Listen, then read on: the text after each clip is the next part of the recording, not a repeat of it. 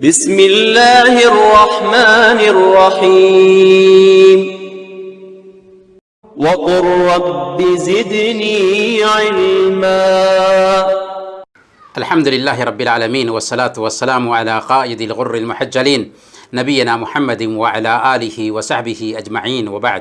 محترم بھائی اور بہنوں، السلام علیکم ورحمۃ اللہ وبرکاتہ۔ آج ہماری گفتگو کا ٹاپک ہوگا مسلمان کی زندگی میں توحید کی اہمیت۔ ایک مسلمان کی زندگی میں توحید کی کیا اہمیت ہے؟ اللہ تعالیٰ نے اس دنیا کو کیوں بنایا؟ کائنات کو کیوں سجایا؟ جنات اور انسانوں کو کیوں پیدا کیا؟ نبیوں اور رسولوں کو کیوں بھیجا؟ کتابیں کیوں اتاری؟ جنت اور جہنم کو کیوں بنایا؟ ان سارے سوالات کا جواب صرف ایک ہے کہ توحید کے لیے۔ توحید کیا ہے؟ توحید یہ ہے کہ اللہ تعالیٰ کو اس کی ذات، اس کی تخلیق، اس کی ملکیت اور اس کی تدبیر میں یکتا مانا جائے۔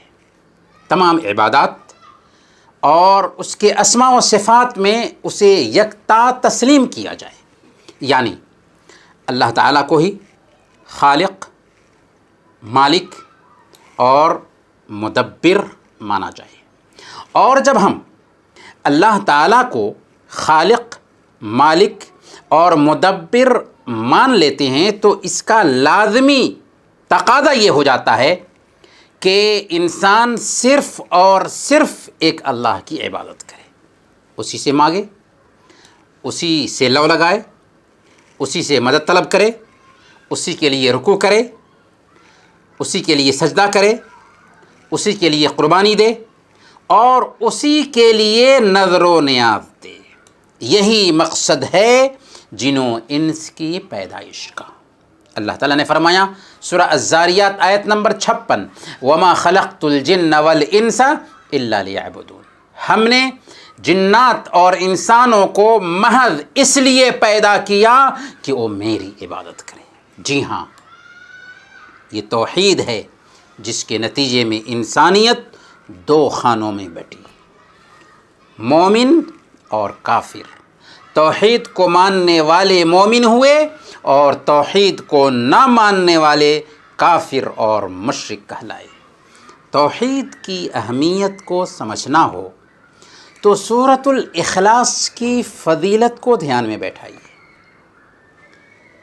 سورۃ الاخلاص کو ایک تہائی قرآن کے برابر بتایا گیا ہے۔ آخر سورۃ الاخلاص کو ایک تہائی قرآن کے برابر کیوں بتایا گیا؟ اس لیے کہ اس سورہ میں توحید کا بیان ہے۔ آخر آیت الکرسی کو قرآن کریم کی سب سے عظیم آیت کیوں قرار دیا گیا ہے؟ اس لیے کہ آیت الکرسی میں توحید کا ذکر ہے۔ اسی توحید کی طرف سارے انبیاء نے اپنی اپنی قوم کو بلایا تھا۔ اللہ تعالیٰ نے فرمایا سورہ النحل آیت نمبر 36، وَلَقَدْ بَعَثْنَا فِي كُلِّ أُمَّةٍ رَسُولًا أَنِ اعْبُدُوا اللَّهَ وَاجْتَنِبُوا الطَّاغُوتَ۔ ہم نے ہر امت میں رسول بھیجا اور انہیں یہی کہا کہ وہ صرف اور صرف ایک اللہ کی عبادت کریں اور طاغوت کی پوجا سے بچیں۔ طاغوت کیا ہے؟ اللہ کے علاوہ جس کو بھی معبود بنایا جائے، مشکل کشا، حاجت روا اور نفع و نقصان کا مالک سمجھا جائے، وہ طاغوت ہے۔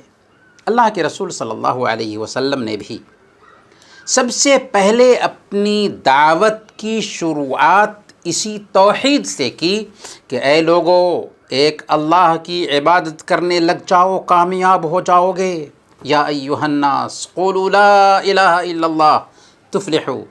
اور اپنی بعثت کی 23 سالہ زندگی یہی نقطہ سمجھانے میں لگا دی، یہاں تک کہ حیات طیبہ کے آخری دنوں میں یہی کہتے کہتے اس دنیا سے رخصت ہو گئے کہ یہودیوں اور عیسائیوں پر اللہ کی لعنت ہو کہ انہوں نے اپنے انبیاء کی قبروں کو سجدہ گاہ بنا لیا اور یہ دعا بھی کی، اللہم لا تجعل قبری وثنا یعبد، اے اللہ میری قبر کو عبادت گاہ نہ بنانا کہ اس کی عبادت کی جانے لگے۔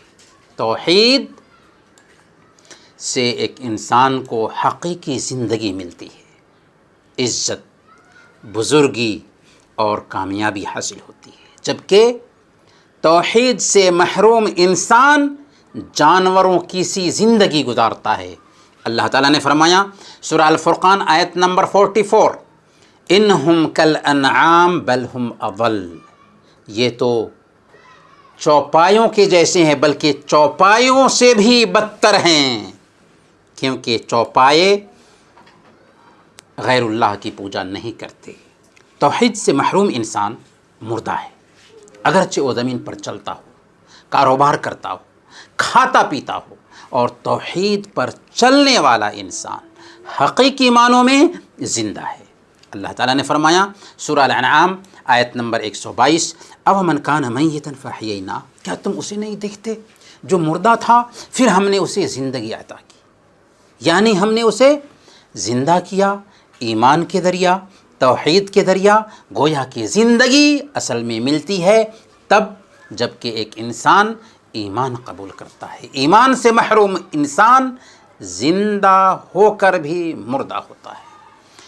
توحید پر ایمان نہ رکھنے والوں کو ان کے نیک اعمال بھی قیامت کے دن کچھ فائدہ نہیں پہنچا سکتے۔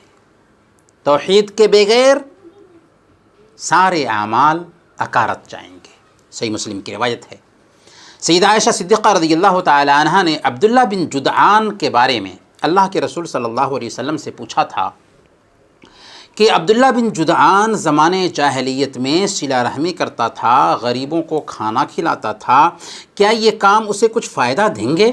اللہ کے نبی صلی اللہ علیہ وسلم نے فرمایا لا ينفعہ، انہ لم یقل یوما رب اغفر لی خطیئتی یوم الدین، اسے کچھ فائدہ نہیں دیں گے۔ یعنی اس نے جو صلہ رحمی کی، اس نے جو کھانا کھلایا غریبوں کو، یہ سارے کے سارے نیک عمل کل قیامت کے دن اس کو کچھ بھی فائدہ نہیں دیں گے، کیونکہ اس نے کبھی یہ نہیں کہا کہ اللہ قیامت کے دن میرے گناہ معاف فرما دینا۔ توحید کو قائم کرنے سے ملک میں، وطن میں، دھرتی پر امن و امان قائم ہوتا ہے، جسم و جان کو راحت ملتی ہے اور دل و دماغ کو یکگنا سکون ملتا ہے۔ اللہ تعالیٰ نے فرمایا سورہ الانعام آیت نمبر 82، الذین آمنوا ولم یلبسوا ایمانہم بظلم اولئک لہم الامن وہم مہتدون، جو لوگ ایمان لائے اور اپنے ایمان کو ظلم یعنی شرک سے آلودہ نہیں کیا، اولئک لہم الامن، انہی کے لیے امن ہے، وہم مہتدون، اور وہی راہ راست پر ہیں۔ گویا کہ توحید آئے گی تو سماج میں امن قائم ہوگا۔ دوسری جگہ اللہ تعالیٰ نے فرمایا سورہ النحل آیت نمبر 97، من عمل صالحا من ذکر او انثى وهو مؤمن فلنحینہ حیاتا طیبہ ولنجزینہم اجرہم باحسن ما كانوا يعملون، جو شخص نیک عمل کرے، مرد ہو یا عورت، لیکن با ایمان ہو، تو ہم یقیناً انہیں بہتر زندگی عطا فرمائیں گے، پرسکون زندگی دنیا میں عطا فرمائیں گے، اور ان کے نیک عمل کا بہتر سے بہتر بدلہ کل قیامت کے دن دیں گے۔ گویا کہ توحید کی بنیاد پر ایک بندہ اس دنیا میں سکون کی زندگی گزارتا ہے اور مرنے کے بعد جنت کی دائمی زندگی حاصل ہوگی۔ اور اللہ تعالیٰ نے سورہ طہ میں فرمایا ما انزلنا علیک القرآن لتشقی، اے ہمارے حبیب، ہم نے قرآن آپ پر اس لیے نہیں اتارا کہ آپ مشقت میں پڑ جائیں، ہم نے اس لیے قرآن اتارا ہے کہ آپ اور آپ کے ماننے والے اس قرآن سے سعادت مند زندگی گزاریں۔ توحید سے توہم پرستی کی بیماری دور ہوتی ہے۔ موحد کسی دن، کسی جگہ، کسی وقت، کسی نمبر اور کسی جانور کو منحوس نہیں سمجھتا، باطل افکار اور شیطانی وساوس سے محفوظ ہو جاتا ہے اور اس کے دل میں عجیب طرح کا سکون اور اطمینان پیدا ہوتا ہے۔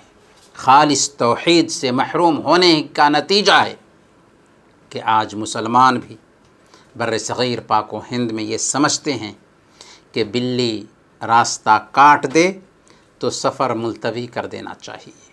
الو کا بولنا نحوست کی پہچان ہے۔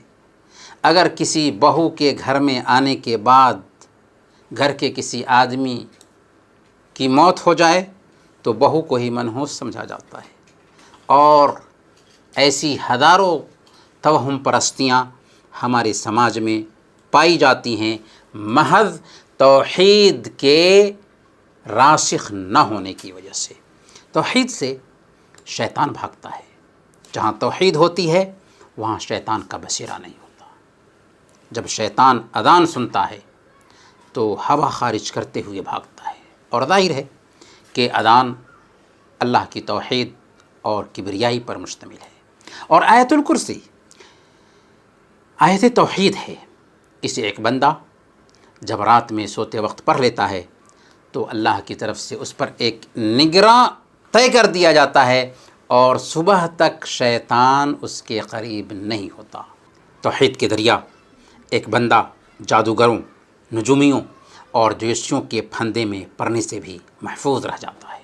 اللہ تعالیٰ نے فرمایا ان اللہ یدافع عن الذین آمنوا، سن رکھو یقیناً سچے مومنوں کے دشمنوں کو خود اللہ تعالیٰ ہٹا دیتا ہے۔ اللہ تعالیٰ سچے ایمان والوں اور موحدین کے دشمنوں سے ان کا دفاع کرتا ہے۔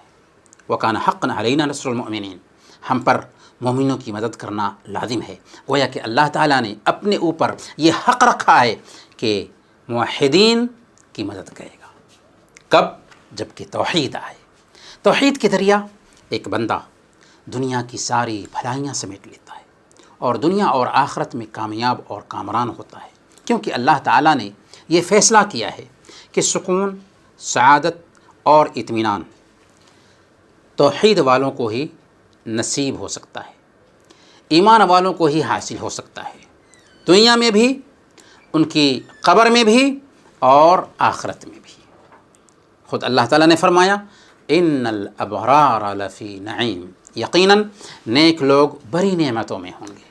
گویا کہ توحید پر قائم رہنے والے دنیا میں پرسکون زندگی گزارتے ہیں، قبر میں بھی ان کی زندگی پرسکون ہوگی، اور مرنے کے بعد بھی ہمیشہ کی دائمی نعمتوں میں ہوں گے۔ اور جب توحید کی اتنی اہمیت ٹھہری تو ضرورت ہے کہ بندہ توحید کی حفاظت کرے، اپنے ایمان کو مضبوط رکھے اور اپنے رب سے اپنے تعلق کو پختہ رکھے۔ آج مسلم سماج میں ہماری بہت بڑی تعداد اس توحید سے محروم ہے۔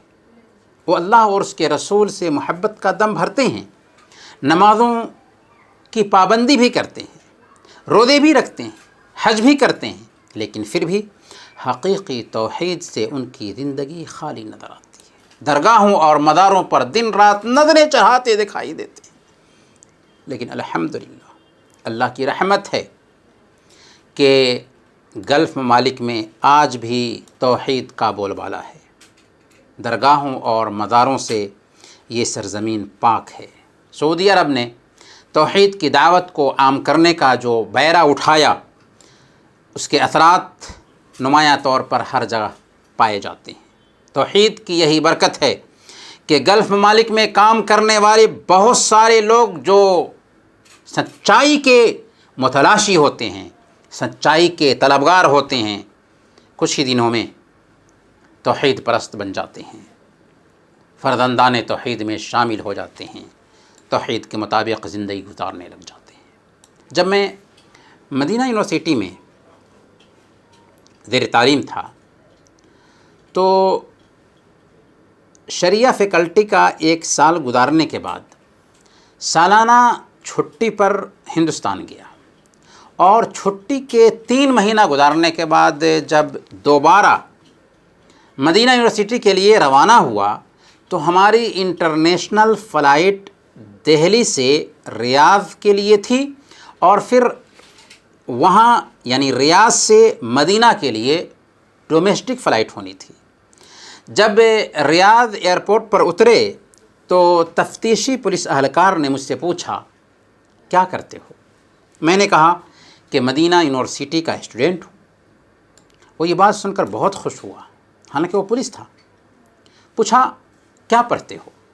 میں نے کہا القرآن والحدیث والفقہ، اور گناتا رہا. اس نے کہا ما تقرأ الدین، کیا تم دین نہیں پڑھتے؟ میں نے پوچھا دین سے تمہاری کیا مراد ہے؟ اس نے کہا ما تقرأ العقیدہ، کیا تم عقیدہ نہیں پڑھتے؟ میں نے کہا ہاں کیوں نہیں، ہم عقیدہ پڑھتے ہیں. اس نے کہا یہی تو دین ہے. سبحان اللہ. ایک معمولی پولیس کی وردی میں کام کرنے والے ایک سعودی نے مجھے توحید کی اہمیت سمجھا دی، کیونکہ سعودی علماء توحید پر زور دیتے ہیں.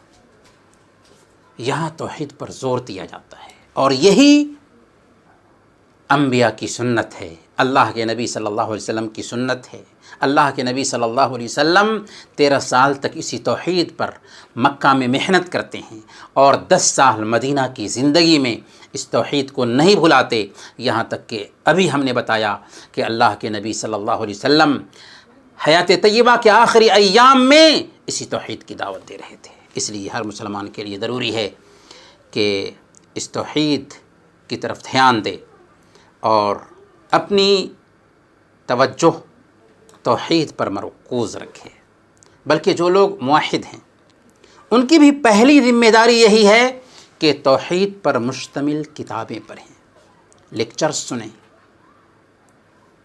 کیونکہ دنیاوی مشغولیتوں کی وجہ سے ایمان میں کمی آنے لگتی ہے. اللہ کے رسول صلی اللہ علیہ وسلم نے فرمایا ان الایمان لا يخلق في جوف احدكم كما يخلق الثوب الخلق فاسألوا الله ان يجدد الایمان في قلوبكم. بے شک ایمان تمہارے دلوں میں بوسیدہ ہو جاتا ہے جس طرح پرانا کپڑا بوسیدہ ہو جاتا ہے. لہذا اللہ تعالیٰ سے سوال کرو کہ تمہارے سینوں میں ایمان کی تجدید کر دے. اور ایمان کی تجدید صحیح معنوں میں تب ہوگی جب ہم توحید پڑھیں گے، توحید کو سمجھیں گے، اور توحید کے مطابق اپنی زندگی گزارنے کی کوشش کریں گے. اسی مقصد کے تحت ہم نے اپنے نومسلم بھائیوں کے لیے شیخ محمد بن عبدالوہاب رحمۃ اللہ علیہ کی کتاب التوحید کا درس شروع کیا ہے. اور یہ درس الحمدللہ ریکارڈ کر کے ہر دن اسی چینل پر اپلوڈ بھی کیا جاتا ہے. آپ سے گزارش ہوگی کہ اس درس کو سننے کے لیے کچھ وقت نکالیے اور اس درس سے فائدہ اٹھائیے. وقت کا سب سے بہتر استعمال یہی ہے کہ ہم اللہ کی توحید کے بارے میں جانکاری حاصل کریں. اللہ تعالی ہمیں اس کی توفیق عطا فرمائیں. وصلی اللہ علی نبینا محمد وعلی آلہ وصحبہ اجمعین.